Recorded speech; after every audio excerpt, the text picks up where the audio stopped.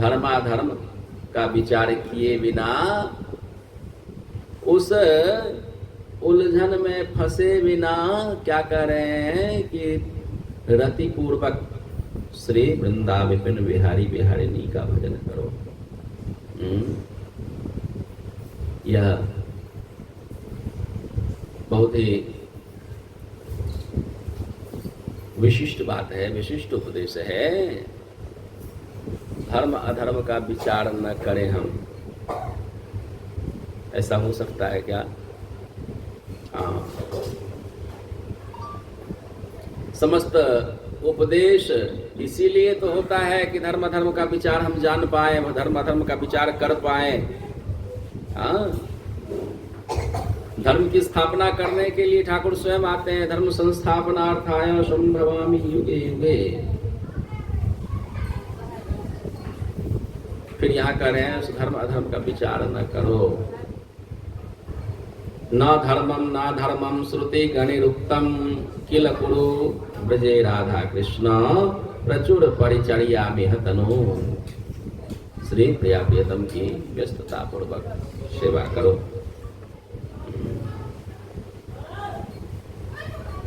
यह सारातिसार गूढ़ातिगूढ़ यह ज्ञान है, उपदेश है उन जनों के लिए जो प्रेम के पथ पर चलने को उद्यत हैं, जो पंचम पुरुषार्थ प्रेम को प्राप्त करना चाहते हैं, जो मात्र प्राण वल्लभ की अनुकूलता के लिए जीवन जीना चाहते हैं, अपनी अनुकूलता का जिन्हें ज्ञान न हो, अपनी अनुकूलता का विचार न हो, बस उनकी अनुकूलता के लिए जीना, उनकी अनुकूलता के लिए मरना, ये तो प्रेम की परिभाषा है।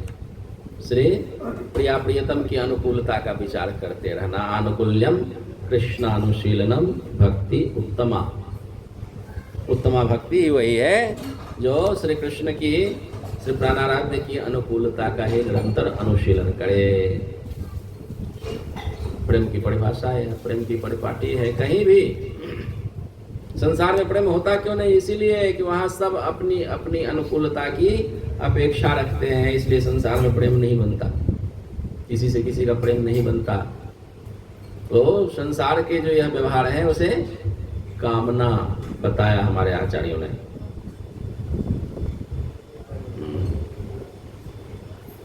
निजेंद्रिय तृप्ति वांछा तारे बोले काम, कृष्णेंद्रिय प्रीति वांछा धरे प्रेम नाम। जब ही अपनी इंद्रिय की तृप्ति की इच्छा आ गई, अपने सुख अपनी अनुकूलता की बुद्धि आ गई, तो वहां प्रेम रह नहीं सकता है, प्रेम प्रकट हो नहीं सकता वहां। और तो वो क्या हुआ? वो कामना है, उसका नाम काम हुआ। फिर क्या कहते हैं? जहां काम तहां राम नहीं, जहां राम नहीं काम। जहां कामना है, अपनी सुख की अभिलिप्सा है, अपने सुख की चाह है, वहां ठाकुर जी हो नहीं सकते हैं। और जहां ठाकुर जी विराजमान होंगे, उनकी प्रधानता होगी, उनकी अनुकूलता की भावना होगी, तो वहां कामना आ नहीं सकती। कैसे? तुलसीदास जी कहते हैं, तुलसी क्यों कर रही सके रवि रजनी इकठाम। रात्रि और सूर्य क्या एक साथ दोनों मिल सकते? कभी सूर्य है तो रात नहीं होगी, और यदि रात है तो सूर्य का दर्शन नहीं हो सकता है। दोनों एक साथ नहीं रह सकता, नहीं हो सकते। वैसे यदि श्री प्रिया प्रियतम की सुख की इच्छा है तो वहां श्री प्रिया प्रियतम ही होंगे, वहां कामना नहीं सकती है। और जहां कामना है वहां वो टिक नहीं सकते, रह नहीं सकते। कैसे? हमारे गौड़िया आचार्य कहते हैं, कृष्ण सूर्य शाम माया है अंधकार। श्री कृष्ण सूर्य की तरह है, और माया, माया मतलब क्या? स्वयं सुख की इच्छा, स्वयं सुख की का प्रयास, यही है माया। माया मतलब जो है नहीं उसी को मानना, जो कभी हो नहीं सकता उसी की इच्छा रखना, ही तो माया है। हम कभी संसार से सुखी हो नहीं सकते और सतत संसार से सुखी होना चाहते हैं, इसीलिए संसार का समस्त प्रयास, समस्त उपलब्धि, सब क्रिया ही मायामय है। क्या करें, जहां कृष्ण तहां नहीं मायार अधिकार। जहां कामना है, सो सुख की इच्छा है, सो सुख गंध मात्र भी है, तो वहां श्री कृष्ण हो नहीं सकते हैं, और वो होंगे तो वहां फिर स्वसुख की इच्छा हो नहीं सकती है, वहां पर माया आ नहीं सकती है। अर्थात वहां यह मिथ्यात्व जो है ही नहीं वो नहीं होगा। वहां क्या होगा, सतत यथार्थ रहेगा, जो है सो ही है। इसलिए जहां कृष्ण तहां नहीं मायार अधिकार। तो यहाँ गोस्वामी चरण हमें वही बता रहे हैं, ये जो लोक धर्म, वेद धर्म जिसे आप कह रहे हैं कि इससे ऊपर उठते हुए इन धर्म अधर्मों के चंगुल से बाहर निकलते हुए, इस जाल से बाहर निकल करके श्री प्रिया प्रियतम की रति पूर्वक सेवा करो, अनुराग पूर्वक उनकी सेवा में अपने आप को समर्पित करो। इसका कारण यही है कि यह संसार का जो धर्म है, लोक धर्म अथवा वेद धर्म, जो हमें संसार में बने रहना सिखाता है, संसार में अपना अस्तित्व बनाए रखना सिखाता है, संसार में हम कैसे चलें, यही लोग सुखी कैसे करें, परलोक सुखी कैसे करें, ये जितने भी स्वसुख से जुड़े हुए जो भी साधन हैं, बड़े बड़े धर्म ही क्यों न है, यज्ञ अनुष्ठान ही क्यों न हो, विविध कामनाओं से प्रेरित होकर बड़े बड़े यज्ञ अनुष्ठान होते हैं ना, पुत्रेष्ठी यज्ञ, राजसूय यज्ञ, गोमेध यज्ञ, जो अनेकानेक यज्ञ होते हैं, किस उद्देश्य से, अमुक यज्ञ करने से पुत्र की प्राप्ति होगी, अमुक यज्ञ करने से दारिद्र्य का नाश होगा, अमुक यज्ञ करने से छत्रपति बन जाएंगे, चक्रवर्ती सम्राट बन जाएंगे, अमुक यज्ञ करने से इंद्र बन जाएंगे। इन सब प्रयोजनों से जहाँ यज्ञ का विधान है वह भी मिथ्यात्व को ही प्रतिपादन करता है, वह भी माया के ही सब प्रपंच है, माया का ही जाल है सब। हाँ, धर्म का आश्रय दे करके माया हमें अपने में उलझाए रखती है। इसलिए यदि इनसे प्रीति लड़ानी है, इनकी सेवा का सुख प्राप्त करना है, इनकी निकटता सानिध्यता का अनुभव करना है, तो फिर उन धर्मों को भी हमें त्यागना होगा जो हमें माया की ओर उन्मुख करता है। इसीलिए श्रीमद् भागवत जी ने क्या बताया, धर्मं भजस्व सततम, सदा ही धर्म का सेवन करो, धर्म का पालन करो, धर्म का सतत पालन करें, किंतु कैसे, त्यज लोक धर्मान, लोक धर्मों का त्याग करते हुए धर्म का पालन करो।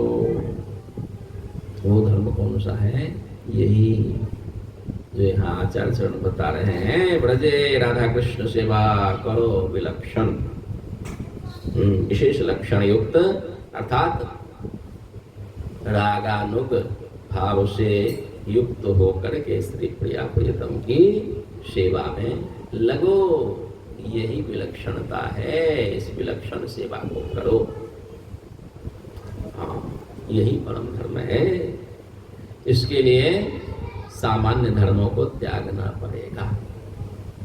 अब इसी बात को और स्पष्ट करते हुए श्री श्याम सुंदर ने सिखाया किसे, अपने शिष्य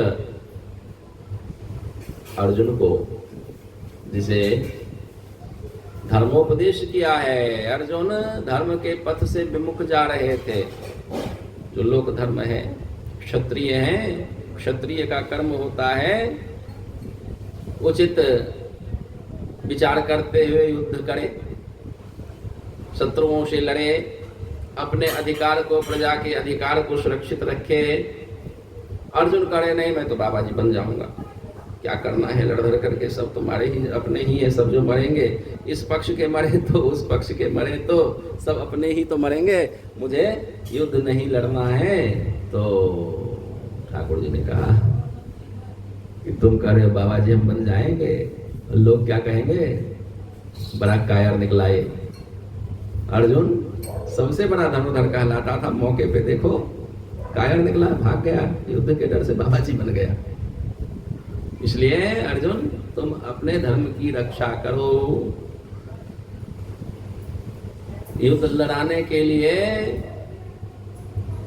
इतना उपदेश करना पड़ा, गीता का पूरा उपदेश करना पड़ा उन्हें कि धर्म को समझे, धर्म पथ पर चले, धर्म का पालन करे। जब सिखाने से नहीं सीख पाए तो उनको दिखाना पड़ा, अपना विराट स्वरूप दिखाया। अब तुम देखो, मैं कहता हूं तुमको तो तुम्हें लगता है कि ऐसे ही कहता है, अपने पे आता है तब कोई जानते हैं ना। ठाकुर जी के प्रति सख्य भाव नष्ट नहीं हुआ था, गुरु तो स्वीकार कर लिया, कुछ उन्हें दिख नहीं रहा, उचित अनुचित का कुछ विचार कर नहीं पा रहे, संशय की स्थिति में आ गए, अब करें तो क्या करें। तब उस समय उन्होंने कहा कि माधव अब तुमको मैं अपना गुरु मानता हूं, तो मुझे मार्गदर्शन करो, बताओ मैं क्या करूं। जब वो बताने लगे तो अर्जुन की बुद्धि में उनके प्रति महत भाव आया ही नहीं। ये महत है, महान है, जब तक हम महान न स्वीकार कर लें, महत न स्वीकार कर लें, तब तक उनके विचारों से भी हम प्रभावित नहीं होते। इसलिए गुरुदेव को क्यों कहते हैं गुरु ब्रह्मा गुरु विष्णु गुरुदेव महेश्वर, गुरु साक्षात पर ब्रह्म क्यों कहते हैं? साक्षात पर ब्रह्म है क्या? हाँ, गुरुदेव तो जीव तत्व ही है ना, जीव ही है वो भी, फिर भी शिष्यों के लिए सिखाया जाता है कि उनको साक्षात पर ब्रह्म मानो तुम, तभी उनकी बातों से प्रभावित होगे, तभी उनकी बातों को तुम मानोगे, नहीं तो बस सुनते रहोगे, मानोगे नहीं। इसलिए जिससे हमें ये लगे कि हम परमार्थ पथ की ओर अग्रसरित हो सकते हैं, उस पथ पर हम उन्नति को प्राप्त कर सकते, आगे बढ़ सकते, इनके संग से, इनके वचनों से, इनकी दी हुई शिक्षा से यदि हम आगे बढ़ सकते, ऐसा यदि लगता है तो उनको गुरु स्वीकार करें, उनको भगवत स्वरूप स्वीकार करें, तभी उनकी बातों का असर होगा, तभी उनकी बातों का प्रभाव हमारे ऊपर आता है। इसीलिए गुरुदेव को परब्रह्म के रूप में जाना जाता है, सिखाया जाता है कि उनको परब्रह्म मानो तुम।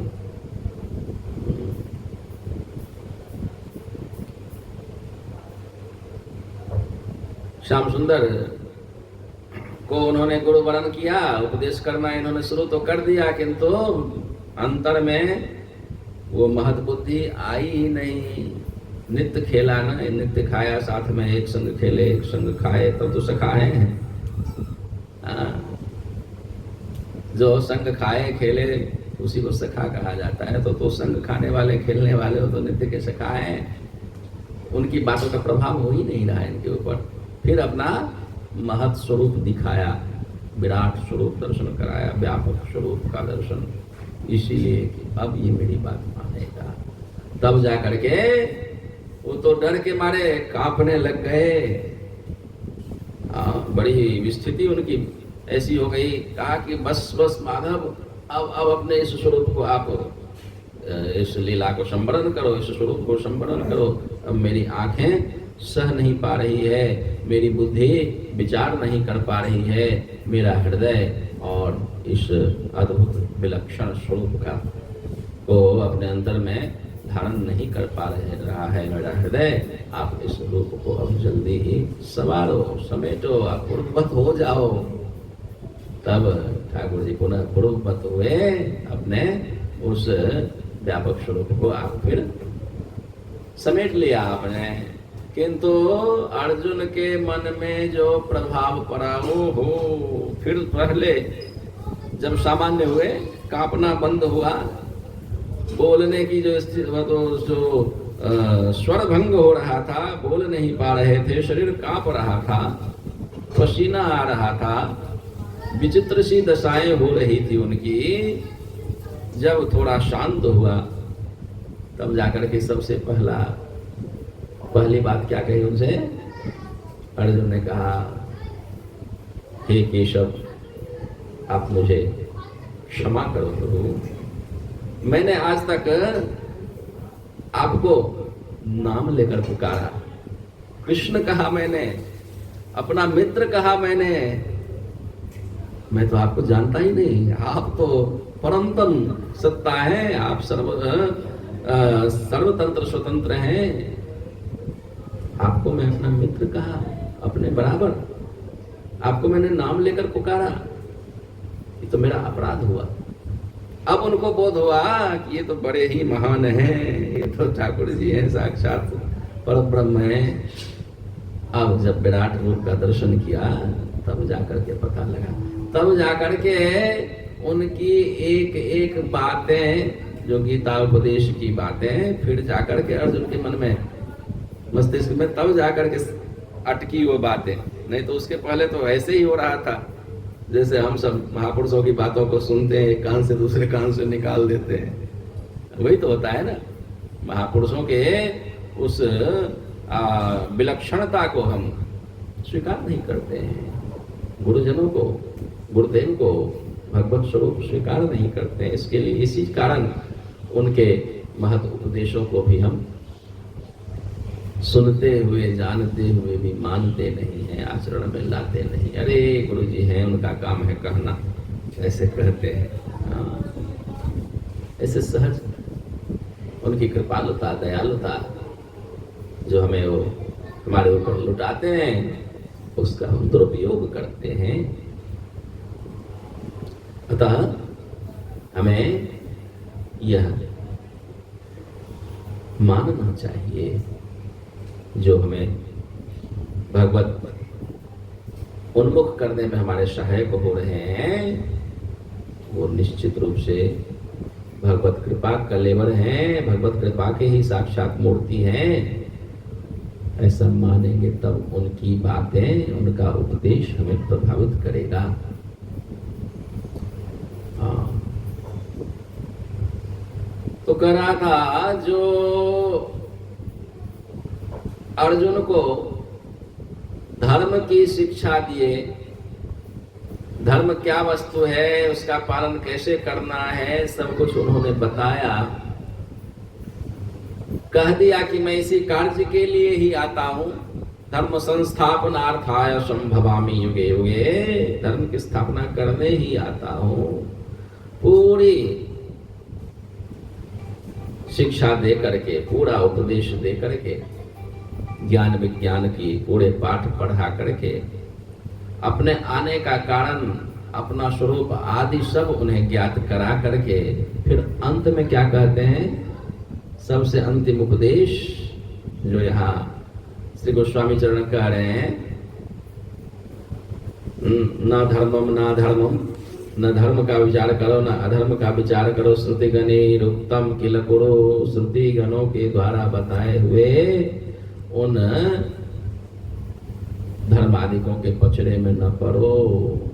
प्रिया प्रियतम की रति पूर्वक ब्रज भावना से विभावित, ब्रजवासी जनों की भावना से विभावित होकर रागानों की उपासना करो, रागानों की वो अनुगत्यता की में रहकर सेवा करो, ऐसा बता रहे। यही बात कही प्यारे ने कुरुक्षेत्र में अर्जुन से, सारे धर्मों का उपदेश करके, मौखिक व्यवहारिक हर प्रकार से उन्हें बता करके, दिखा करके, अंत में क्या कहा? सर्वधर्मान् परित्यज्य मामेकं शरणं व्रज। जिन्होंने बताया कि मैं धर्म के लिए ही, धर्म की स्थापना के लिए अवतार लेता हूँ, जिन्होंने एक एक धर्म को स्थापित करके उन्हें बताया, नहीं मान रहे तो विराट रूप स्वरूप दर्शन करा करके उन्हें प्रभावित किया कि माने, और जब मानने लग गए तब क्या कहा कि सब धर्मों को त्याग करके अब तो बस मेरी शरण में आ जाओ। अब तो इतने हो ज्ञानी हो गए, धर्म की महिमा, धर्म पालन करने की महिमा इतना समझ गए कि अब ठाकुर जी कह रहे हैं कि अब तुम धर्म को छोड़ दो, सभी धर्मों का त्याग करो। और ये कहते कि ना ना, ऐसा कैसे होगा, मैं धर्मों का त्याग नहीं कर सकता प्रभु। धर्म का त्याग करेंगे तो बड़ा गड़बड़ हो जाएगा। क्या होगा भाई? पाप आ जाएगा ना, पाप लग जाएगा ना, धर्म का त्याग करूंगा तो। इतनी पट्टी पढ़ाया, इतना पढ़ाया धर्म का उपदेश, अब वही कह रहे हैं कि अब तुम धर्म को छोड़ो, तो उनको जवाब दे रहे हैं कि मैं छोड़ नहीं सकता, पाप लगेगा मुझे।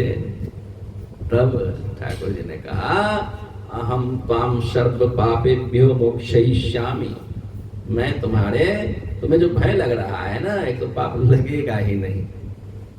जब तुम मेरे लिए समर्पित हो जाओगे, मेरे हो गए तुम, मेरे लिए जीवन जी रहे हो, अपने सुख दुख का कोई विचार नहीं, कोई संकल्प नहीं है, मेरे लिए ही जी रहे, तब तो तुम मेरे हो गए। हाँ, जो उनका हो गया, तद्वत हो गया, उसको किस बात का पाप? ठाकुर जी को कोई पाप लगता है क्या? हाँ, ठाकुर जी को पाप लगता है? तो कह रहे हैं कि तुम्हें पाप लगेगा ही नहीं। अर्जुन कहते ऐसा कैसे होगा, धर्म का त्याग करने से पाप लगेगा ना? आपने बताया धर्म ऐसा है वैसा है, धर्म का पालन करना चाहिए। इन्होंने कहा कि मानेगा नहीं। कहा कि अच्छा ठीक है, तुमको यदि डर लग रहा है कि पाप लग जाएगा तो मैं वचन देता हूँ तुमको, जो तुम्हें पाप लग भी गया ना, तुम्हारे उन पापों से मैं तुमको मुक्त करूंगा, तुम धर्मों का त्याग करो।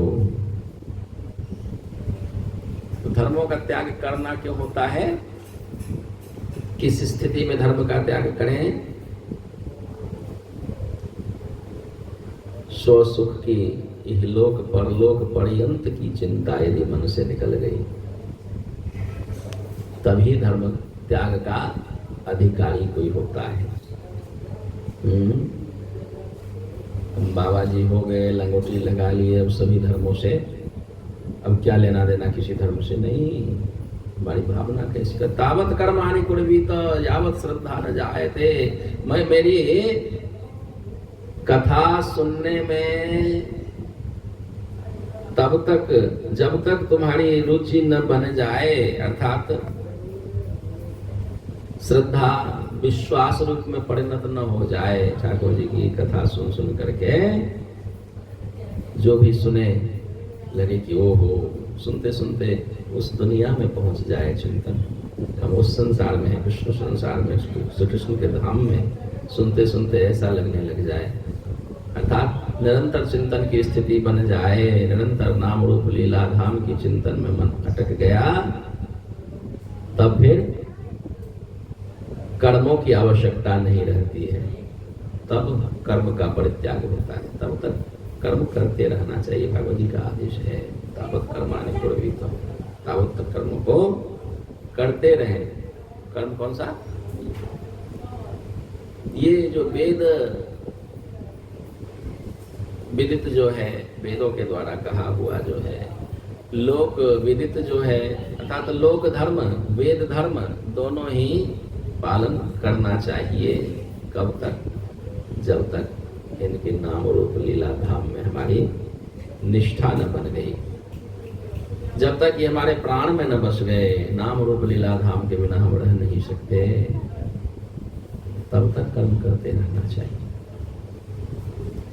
कर्मों का परित्याग करना क्या हो जाता है? फिर उत्पात कारक हो जाता है। मन बुद्धि श्री प्रिया प्रियतम की सेवा में समर्पित न हुई, उसके पहले यदि हम कर्मों का त्याग कर दें तो क्या होता? हम कहीं के नहीं रहते हैं, न इस घाट न उस घाट, उत्पातकारी हो जाती बुद्धि। सत्कर्म करने से भी, शुभ कर्म करने से भी उत्पात बढ़ता है। इसलिए यह बहुत ऊंची स्थिति होती है। तब तक हमें कर्मों का त्याग नहीं करना चाहिए। इसीलिए साधकों, वैष्णवों, संत जनों को, सन्यासियों को भी क्या कहा गया? सन्यासियों को कहा गया, सन्यासियों का कर्तव्य होता है वेदांत नित्य श्रवण करें। उससे क्या होता है? चिंतन ब्रह्म में जाके स्थापित होता है, ब्रह्मनिष्ठ हो जाते सन्यासी। वेदांत श्रवण करने से दुनिया की, संसार की असारता बोध हो जाती है। संसार के प्रति इहलोक या परलोक आदि सुख की कोई इच्छा नहीं रह जाती, तब वो मोक्ष का अधिकारी बनता है। यदि संसार के भोगों की इच्छा अपेक्षा शेष है तो फिर वह मोक्षाधिकारी नहीं होता। इसीलिए सन्यासियों के लिए क्या कर्तव्य है? वेदांत नित्य श्रवण करे।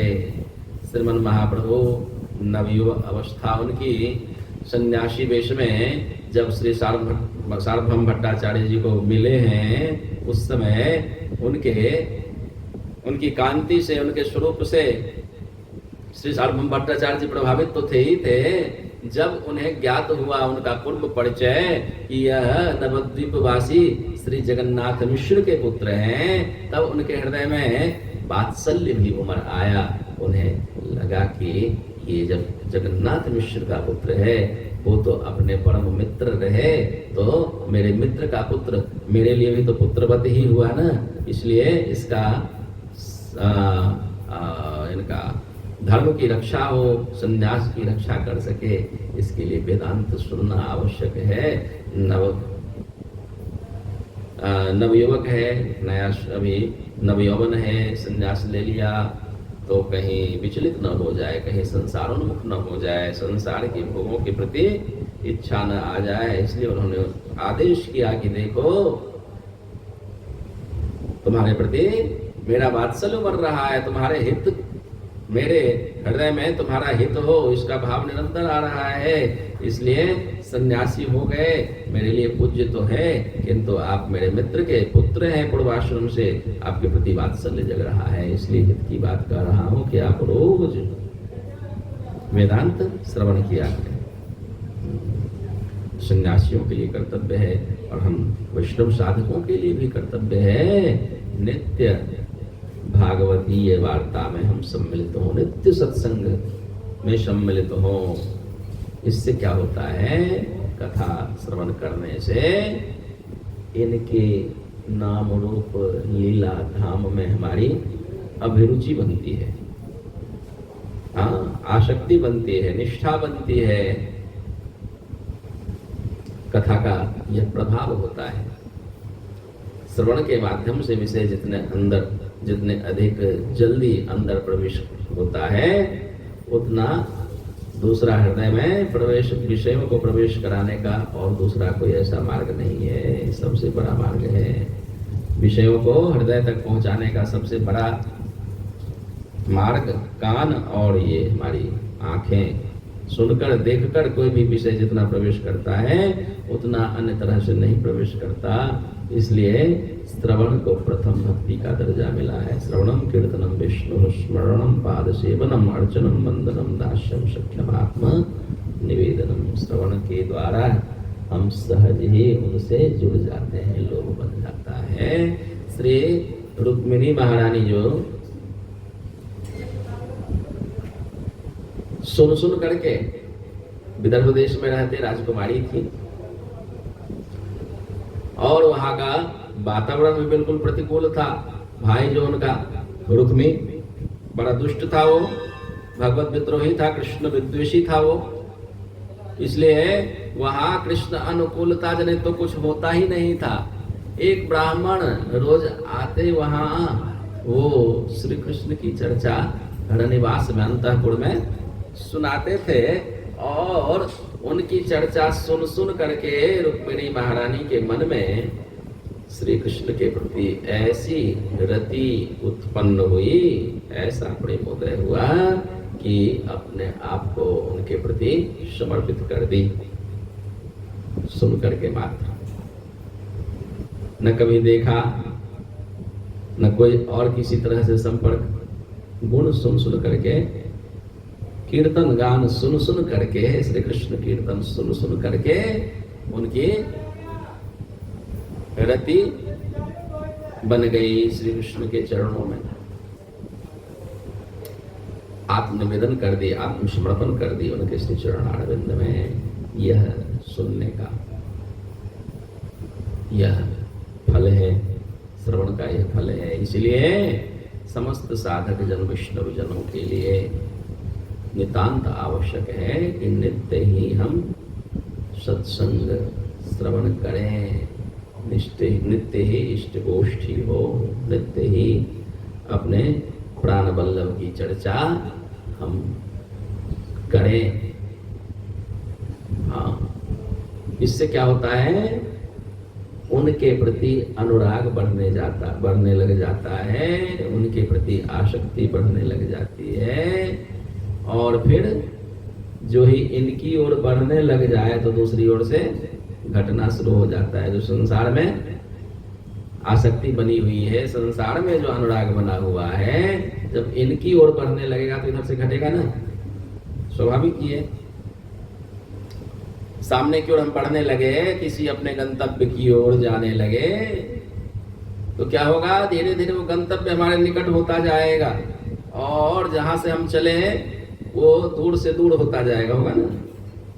तो वैसे ही भले बहुत अनुराग है, बहुत आसक्ति है, बहुत चाह है संसार के विषयों को प्राप्त करने की, बहुत अभिलाषा है संसार के सभी सुखों को हम प्राप्त कर लें, सबसे बड़े सुखी हम संसार में हो जाए, बहुत अभिलाषा है।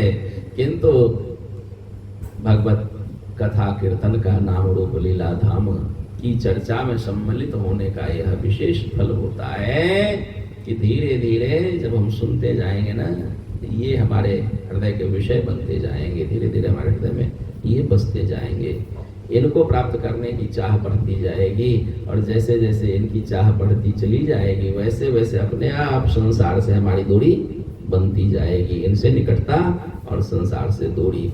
इनके सुख की इच्छा बढ़ने लग जाएगी, स्वयं सुख की इच्छा घटने लग जाएगी। ऐसे होते होते एक दिन वह स्थिति हो जाती है कि बस जीवन इन्हीं को सुखी करने के लिए जीवन बच जाता है, अपना कोई सुख रहता ही नहीं, अपनी कोई सुख की इच्छा रहती नहीं। ब्रज गोपिकाओं की तरह जब प्यारे श्याम सुंदर बहुत व्यथित पीड़ित हुए, द्वारका में रहते हुए, उनकी लीला की उन्होंने ब्रजवासियों के प्रेम को प्रकट करना था, उनके प्रेम के प्रभाव को दिखाना था। द्वारका वासियों में जो प्रेम का मिथ्याभिमान, मिथ्या अहंकार हो गया था कि हम बहुत प्रेम करते हैं द्वारकाधीश से, उनके उस मिथ्या अहंकार को मिटाना था। तो उन्होंने पीड़ा का बहाना बनाया कि बहुत तेज पीड़ा है, पेट में बहुत दर्द हो रहा। आज हर तरह का उपचार हुआ, हर तरह के जानने वाले वैद्य तंत्र मंत्र वाले सब आए, किसी भी तरह उनका दर्द कम नहीं हुआ। अब उनकी ही शरण में आए उनके हित चिंतक जन जितने, सब आकर हाथ जोड़कर कह रहे हैं कि हे माधव, अब आप बताओ, हर उपाय तो कर लिया गया, किसी भी तरह आपकी इस पीड़ा को कम नहीं किया जा सका, अब आप बताएं इसका उपाय क्या है, कैसे ये कम होगा। तो उन्होंने कहा, मुझसे प्रेम करने वाला कोई व्यक्ति थोड़ी सी अपने चरणों की रज मुझे दे दे, थोड़ा सा मेरे मस्तक पे लगा दे, थोड़ा सा पेट पे, हृदय पे लगा दे, थोड़ी सी एक चुटकी मेरे मुख में डाल दे, यही सबसे बड़ी दवाई है मेरे लिए, इससे मेरी पीड़ा शांत हो जाएगी। अब वहाँ सब एक से एक बढ़ करके अपने को प्रेम करने वाले बताते थे। द्वारकावासी सब अपने को कहते, मैं सबसे ज्यादा प्रेम करता हूँ, रानियां कहती हम सबसे ज्यादा प्रेम करती हैं, रानियों में पटरानियां कहती, पटरानियों में ये जो अग्रणी, क्रमशः सबसे कहा गया कि आप तो मुझसे ज्यादा प्रेम करने वाली आप हो, आप दे दो थोड़ी सी रज, अपने चरणों की धूल दे दो, उनका कष्ट दूर हो जाएगा। सबने एक साथ हाथ जोड़ लिया, अरे कैसे होगा, उनको भला हम देंगे, हमारी क्या स्थिति हो, क्या गति होगी, कहाँ के होके रहेंगे। सारे द्वारका वासियों ने कहा कि अब बस एक ही है यहाँ परोपकार करने वाला तो महात्मा ही होता है, दूसरों के दुख के लिए जो जीवन धारण करता है, साधु ही यह काम करता है। तो सारे द्वारकावासी आ गए बाबा जी के पास। नारद बाबा, आपके तो आगे पीछे कोई नहीं है, कुछ बनना बिगड़ना नहीं है, आप प्रेमी भी बहुत हो इनके, सबसे बड़े प्रेमी हो, आज तो सिद्ध करने का मौका है, अपने को सबसे बड़ा प्रेमी आज सिद्ध कर लो, अभी अवसर है, थोड़ी सी अपनी चरण धूलि दे दो। हम सब तो इनके अनुगत में, हम कैसे दे सकते हैं? तो नारायण जी अलग नारायण नारायण कहा करके भागे। अरे ऐसा कैसे हो सकता, प्रभु है, मैं उनका दास हूँ, नरक में भी जगह नहीं मिलेगी, नरक में भी यातना भोगना पड़ेगा। ठाकुर जी कराह रहे हैं बिठा से। कहा, अरे कहाँ गया तुम लोगों का प्रेम? मैं मर रहा हूँ, अब तो प्राण निकलने वाला है, देखो कंठगत हो गया प्राण, हम जल्दी व्यवस्था नहीं करोगे तो मैं तो मरने वाला हूँ, जाने वाला ही हूँ मैं। सब कांप रहे हैं, अब क्या किया जाए, कोई उपाय नहीं दिख रहा है। ठाकुर जी ने कहा, बस बस बस, देख लिया तुम लोगों का प्रेम, देख लिया कितना प्रेम करने वाले हो, पता चल गया आज तुम लोगों से कुछ नहीं होना है। नारद जी, आप भी तो देने से रहे, आप तो दे नहीं सकते, देख लिया आपका प्रेम भी देख लिया। अब ऐसा करें, आप मन की गति से चलने वाले हैं, आप झट से ब्रज जाइए और वहां से रज लेकर के जाकर के रज लेकर के आइए, तभी मेरा प्राण बच सकता है। नारद जी तैयार हुए, ठाकुर जी से पूछा, प्रभु जरा उनका एड्रेस पता बता दिया जाए, ब्रज में कौन ऐसे भक्त हैं, घर घर जाकर के पूछना पड़ेगा ना, कौन बड़े प्रेमी कौन बड़े प्रेमी, इसलिए सीधे सीधे आप बता दें, किसके यहाँ जाने से सहज ही मिल जाएगा। ठाकुर जी ने कहा कि अरे ब्रज में जाओ तो सही, खाली चर्चा कर देना, देखना उसके बाद। नारद जी तो आते ही रहते थे ब्रज में बराबर, द्वारका का खबर लेकर के ब्रज में पहुंचाना, ब्रज का खबर द्वारका पहुंचाना उनका नियम था।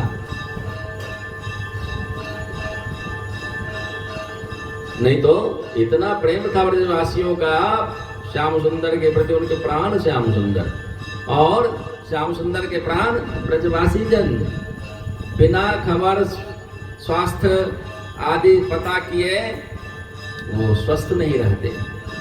उनको वहां स्वस्थ रहना है, इनको यहाँ स्वस्थ रहना है, तो ये खबर देने का काम नारद जी किया करते। तो नारद जी जब कभी आते ब्रज में, तो ब्रजवासी जन बड़े आनंद से उछल पड़ते कि नया खबर सुनाएंगे श्याम सुंदर का। तो जो ही ब्रज में आए, ब्रजवासियों ने पूछा, बताइए मेरे श्याम सुंदर कैसे हैं? नारद जी ने कहा, बड़े दुखी हैं, बड़े पीड़ित हैं, ऐसे ऐसे उनके पेट में दर्द हो गया, कोई दवाई काम नहीं कर रही है, एक ही दवाई है कि कोई प्रेमी उनको अपने चरण की धूल थोड़ी सी दे, वो चाटेंगे छिड़केंगे तो ठीक हो जाएंगे, वो ऐसा ही बताया है। ब्रजवासियों ने कहा, तो फिर द्वारका वाले लोग दिए कि नहीं अब तक जो कष्ट में है वो? कहा कि नहीं दिए ना, वो सबको नरक का डर है, प्रभु है सबके वो। नारायण जी आप यहाँ क्या करने आए, आप नहीं दिए? अरे नारायण नारायण कैसी बात कर रहे हैं, मैं कैसे दे सकता, कैसे हैं आप लोग? नारद ने कहा, इसीलिए तो यहाँ भेजा है कि ब्रज में उनको प्रेम करने वाले लोग हैं, उनके लिए रज देंगे। अब बताओ यहाँ कौन से दे रहे, कौन दे रहे हो उनके लिए अपने चरण की धूल? ब्रजवासियों ने कहा कि नारायण जी क्या बात कर रहे हो, वो पीड़ित हैं, व्यथित हैं, और तुम पूछ रहे हो कौन दे रहा है, कौन नहीं दे रहा, देने को तैयार है, सो आप पूछो। हर कोई तैयार है, जो जिधर सुना कि मेरे चरण धूलि से उनकी पीड़ा ठीक हो जाएगी, वो दौड़ते हुए आया, थोड़ी सी गठरी अपनी ओर से चरण धूल डाल करके एक गठरी वो दे दिया, वो दे दिया। अब नारद जी कह रहे हैं कि बस बस रहने दो, एक के देने से ही काम चल जाएगा, इतने लोग क्यों दे रहे हो, इतना सब ढोके ले जाना पड़ेगा। ब्रजवासियों ने क्या कहा पता है? कहा कि अरे नारद जी, इतने दिनों बाद तो कुछ सेवा का अवसर मिला है, किसी तरह उनकी अनुकूलता बनाने में हमारा उपयोग होने वाला है, इस अवसर को हम कैसे छोड़ें? हाँ, थोड़ी सी मेरी भी चरण धूला ले जाए। नारद जी कहते हैं कि अरे कैसे हो तुम लोग, धर्म कर्म का कोई विचार नहीं है, कोई ज्ञान नहीं है क्या? वो साक्षात पर ब्रह्म है, ठाकुर हैं, उनको तुम अपनी चरण धूल चटाओगे, नरक नहीं जाना पड़ेगा, सोचते नहीं नरक होगा तुमको। ब्रजवासियों ने क्या कहा, नारद जी नरक होगा तो मुझे होगा ना। अरबों खरबों वर्ष तक, अरबों खरबों जन्म तक यदि मुझे नरक यातना भोगना पड़ा तो हम भोगने को तैयार हैं, किंतु प्यारे हमारे तकलीफ में हैं, उनके पेट में दर्द है, किसी भी तरह व्यथित हैं, ये मुझे सहन नहीं हो रहा। ये उन लाखों लाख करोड़ों अरबों खरबों यम यातनाओं से बढ़ करके हमें व्यथित कर रहा है, पीड़ित कर रहा है। इसलिए उनकी अनुकूलता बनाए रखना ही हमारा जीवन है, हमारे जीवन का प्रयोजन है। अपने सुख का कोई विचार नहीं, गंध मात्र नहीं। अरे हमें इहलोक में नहीं होगा तो परलोक में दुख भोगना पड़ेगा, हमारा परलोक बिगड़ जाएगा, ऐसी कोई चिंता ही नहीं है। यह प्रेम की स्थिति होती है जहाँ मात्र उनकी अनुकूलता का ही विचार शेष बच जाता है, अपनी अनुकूलता अपने सुख का कोई विचार नहीं रहता।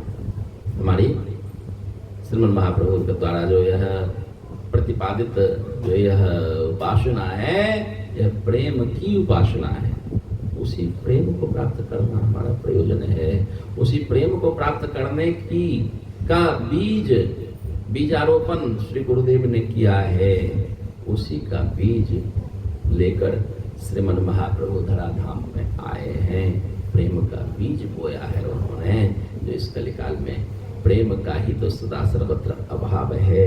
इसलिए सहज ही इस प्रेम को लोग प्राप्त कर सकें, तो प्रेम ही हमारा प्रयोजन है, उस प्रेम की ही हमारी उपासना है। इसलिए जब तक स्वसुख की इच्छा का हम त्याग न करेंगे, जितने साधन हैं कठोर से कठोर साधन करते, क्यों करते? इसीलिए एकादशी आती है, महात्मा जन भक्तजन निर्जला रखते हैं, प्यास लगी रहती है, पानी नहीं पिएंगे। क्यों? इसलिए नहीं कि एकादशी महारानी प्रसन्न होंगी तो इतने खरब वर्ष तक वैकुंठ की प्राप्ति होगी। हाँ, चतुर्भुज स्वरूप धारण करके वैकुंठ में निवास मिलेगा, यह प्रयोजन नहीं होता है। हमारे प्रेमोपासक जन जो हैं, उनके साधन का, उनके भजन का, उनके व्रत का, उनके जप का, तप का एकमात्र प्रयोजन होता है कि वो इससे प्रसन्न होंगे। उनकी प्रसन्नता ही एकमात्र प्रयोजन होता, न कि अपने गति सुगति दुर्गति ये सब कोई प्रयोजन का इनका प्रयोजन नहीं होता। उनकी प्रसन्नता, एकादशी करने से यदि प्रसन्न होते हैं तो हम एकादशी करेंगे। जो करने से वो प्रसन्न होते हैं, हम वो समस्त कार्य करेंगे। उनकी प्रसन्नता ही हमारा प्रयोजन है। इसीलिए साधन करते हैं, इसीलिए भजन करते हैं। सो यहाँ गोस्वामी चरण ने हमें यही बताया, यही कह रहे हैं कि ना धर्मम ना धर्मम, न धर्म न अधर्म। धर्म का अधर्म का विचार करना छोड़ दो, उन धर्म अधर्म के पथों पर चलने की भावना छोड़ दो और निरंतर अपनी भावना को श्री प्रिया प्रियतम के श्री चरणारविंद में समर्पित करके ब्रज रागानुग भाव से युक्त होकर श्री वृंदावन बिहारी बिहारिणी जो की उपासना करो।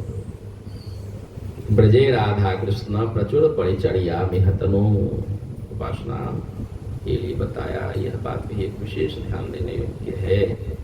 हमारे आचार्य चरण अथवा श्रीमन महाप्रभु ने भी जहाँ उपासना की बात की है, जहाँ कहीं भी उपासना की बात आई है, इष्ट परिचय की बात आई है, अपने आराध्य की परिचय पहचान की बात आई है, वहाँ क्या बताए? ब्रज वृंदावन से उनकी पहचान बताया है। यहाँ क्या कर रहे हैं? ब्रजे राधा कृष्ण प्रचुर परिचर्या मिहतनो। ब्रज में स्त्री प्रिया प्रियतम की प्रचुर परिचर्या करो। ब्रज में रहकर, ब्रज में रहकर मतलब अपने चिंतन को ब्रजमंडल में रख करके, वृंदावन में रख करके, निकुंज में रख करके जो अष्टयाम सेवा है उसमें अपने आप को जोड़ो, उसका चिंतन अपने अंतर में बसाओ।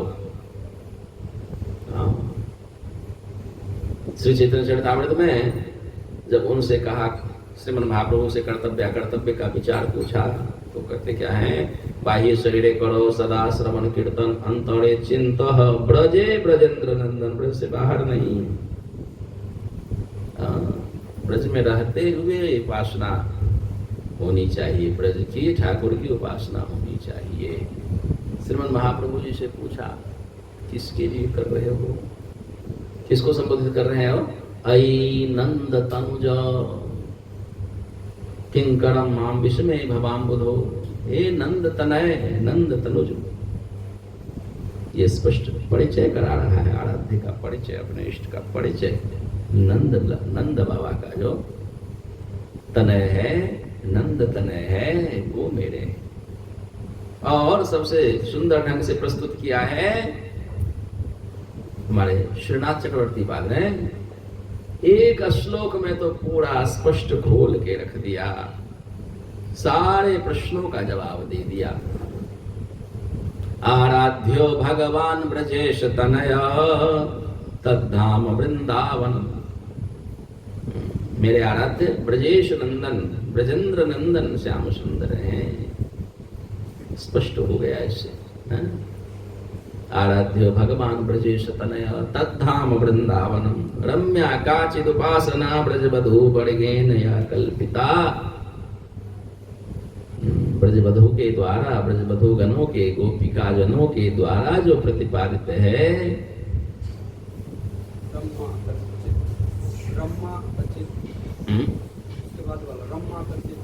रम्या काचिद उपासना ब्रजबधू बड़गेन या कल्पिता।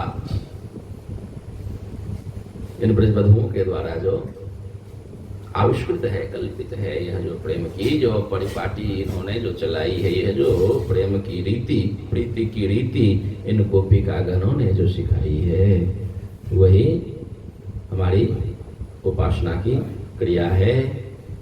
और कहा कि इसका प्रमाण क्या है? श्रीमद् भागवतम प्रमाण ममलम। किसके मत से आप इसको स्वीकार करते हैं? श्रीमन महाप्रभुर मतमिदम। कहते हैं इसके बाद और भी तो बहुत सारे मत हैं। कहे कि है तो है, मुझे कोई लेना देना नहीं है। तत्रादरो न पढ़ा श्रीमन महाप्रभु और मतमिदम तत्रादरो न पढ़ा। तो मूल बात यहाँ आचार्य चरण हमें यह बता रहे हैं कि तुम अपने स्वरूप को पहचान लो, कर्तव्य ज्ञान हो जाएगा। स्वरूप की पहचान हो जाए ना तो कर्तव्य ज्ञान सहज हो जाता है। शिक्षक यदि भूल जाए कि मैं शिक्षक हूँ, कर्तव्य भी छूट जाएगा। सिपाही भूल जाए कि मैं सिपाही हूँ, तो वर्दी पहने रहेगा, सब जो नहीं करना सो काम करता रहेगा। वर्दी पहनने से उसको यह पता होता है कि मैं सिपाही हूँ, और सिपाही के उचित जो कार्य हो उसको करता रहता है। स्वरूप जो है सो कर्तव्य तो अपने आप बता देता है। हमारा कर्तव्य तो तभी बिगड़ता है जब हम अपने स्वरूप को भी भूल जाते हैं। इसलिए हम अपने स्वरूप को पहचाने, आचार्य चरण बता रहे हैं। इसीलिए न धर्मम की बात जो कह रहे हैं, इन वैदिक लौकिक धर्म अधर्म आदिकों के पचड़े में नहीं पड़ना है तुमको। किसे बता रहे हैं? ऐसा यह उपदेश सबके लिए नहीं है, सबको नहीं कहा जा सकता है। सामुदायिक, सामूहिक, सार्वजनिक ज्ञान नहीं है, सबके लिए यह नहीं है। जो प्रेम प्राप्त करने के लिए संकल्पित हैं, जो श्रीमन महाप्रभु के द्वारा आनित उस प्रेम के बीज को जिन्होंने अपने हृदय रूपी खेत में डाला है, उनके लिए कह रहे हैं। जो प्रेम के उपासक हो, प्रेम प्राप्त करना चाहते हो, प्रेम बीज जिसने बोया है, उसके लिए बता रहे हैं कि तुम्हें यही करना पड़ेगा। अब खेती अलग अलग तरह के बीजों की अलग अलग फसल होती है ना। खेती कहीं कोई किसान केसर उपजाता है, कोई धान उपजाता है, कोई गेहूं उपजाता है, कोई कुछ और उपजाता है। सबकी अलग अलग पद्धति है ना। हाँ, धान उपजाने की पद्धति से यदि कोई गेहूं की खेती करने लग जाए तो होगी, सारी खेती बिगड़ जाएगी। गेहूं उपजाने की अपनी पद्धति होती है, धान उपजाने की अपनी पद्धति होती है। कोई अरहर उपजाए, मसूर उपजाए, दाल उपजाए, तिलहन उपजाए, सबकी अपनी अपनी पद्धति होती है। केसर उपजाने की अपनी प्रक्रिया होती है। अब कहे खेती तो खेती है, वो ऐसे किया तो मैं भी ऐसे ही करूं। बगल वाले ने अपने धान में बोरिंग चला करके पानी डाला है, नाला खोल दिया है धान में, पूरे 1 फुट पानी लगा के रखे हुए हैं। गेहूं वाला कहे कि मैं भी 1 फुट पानी लगा के रखूंगा अपनी खेत में। वो भी तो खेती ही कर रहा है, हम भी खेती कर रहे हैं, तो उसकी खेती बिगड़ जाएगी ना। अलग अलग खेती, जिसकी जैसी खेती है, जिसको जैसा बीज मिला हुआ है, उसको उस अनुरूप ही खेती करनी होगी, तभी वो सफल हो सकता है। हमें जो बीज मिला है, जो कोई भी इस प्रेम बीज को प्राप्त किए हुए, प्रेम की उपासना है, ब्रज रागानुराग की उपासना है जिनकी नहीं की, उनके लिए यह उपदेश है आचार्य चरण का कि धर्म अधर्म का, इहलोक परलोक के सुख दुख का विचार किए बिना निरंतर श्री प्रिया प्रियतम की निकुंज की सेवा में उनकी अनुकूलता बनाए रखने में हम सक्षम कितने हो, उसका विचार करते हुए तुम निरंतर क्रियाशील हो। वही तुम्हारा कर्म है, वही तुम्हारा धर्म है। तुम्हारे लिए और अन्य धर्म कर्मों की आवश्यकता नहीं है। यह हम साधकों के लिए है, यह सामान्य जनों के लिए नहीं है। कोई ये न कहे, कोई ये न आरोप लगाए कि ये कैसा प्रवचन है, ये कैसा उपदेश है जो धर्म ही छोड़ देने की बात कर रहे हैं। धर्म अधर्म का विचार न करो, फिर संसार में बचेगा क्या? धर्म अधर्म का विचार करके ही तो मनुष्य है ना। धर्म अधर्म का विचार ही छोड़ दिया, फिर मनुष्य में पशु में अंतर क्या है? पशु भी अपने जो जानवर है ना, वो भी अपने धर्म का विचार नहीं छोड़ते हैं, वो भी अपने धर्म का विचार करके ही कार्य करते हैं। नहीं, जिसका जो धर्म है, पशु भी जानवर भी नहीं छोड़ता। बाघ सिंह ये सब जो मांसाहारी जीव है, उनको कोई चारा खिलाए खा लेगा? जो शाकाहारी जीव है उसको कोई मांस खिला दे, खा लेगा? नहीं, वो अपने धर्म पर कायम है। इसलिए धर्म तो सतत ही पालनीय है, सबके लिए पालनीय है। धर्म कर्म का अधर्म का विचार तो करना ही चाहिए, तभी हम मनुष्य हो सकते हैं।